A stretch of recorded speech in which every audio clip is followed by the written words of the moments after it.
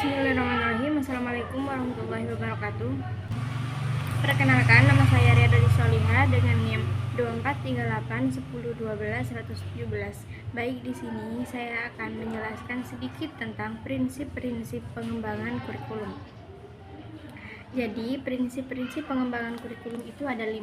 Pertama ada prinsip relevansi, kedua ada prinsip fleksibilitas, yang ketiga ada prinsip kontinuitas, yang keempat ada prinsip efisiensi dan efektivitas, dan yang terakhir ada prinsip objektivitas, integral, dan fungsional.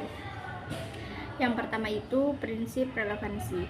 Jadi di sini kurikulum harus relevan dengan kebutuhan individu, masyarakat, dan perkembangan ilmu pengetahuan serta teknologi.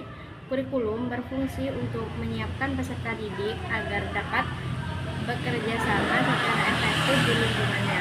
Yang kedua ada prinsip fleksibilitas.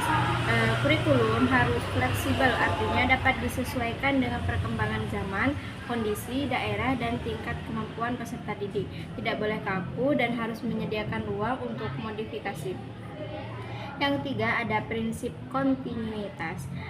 Kontinuitas itu artinya berkesinambungan. Jadi materi pembelajaran dalam kurikulum itu harus berhubungan dan berkelanjutan dari satu jenjang pendidikan ke jenjang berikutnya, sehingga tidak terjadi tumpah tindih atau lompatan materi yang signifikan. Yang keempat ada prinsip efisiensi dan efektivitas.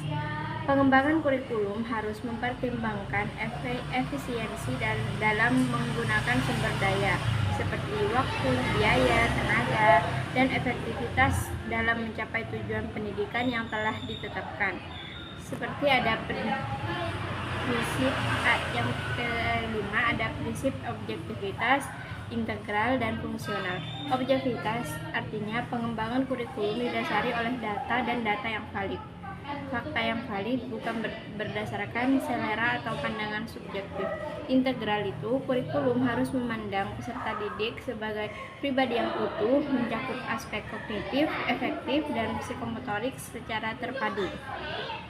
Dan fungsional, kurikulum harus memiliki nilai guna praktis dalam kehidupan sehari-hari peserta didik, tidak hanya sebatas pengetahuan teoritis.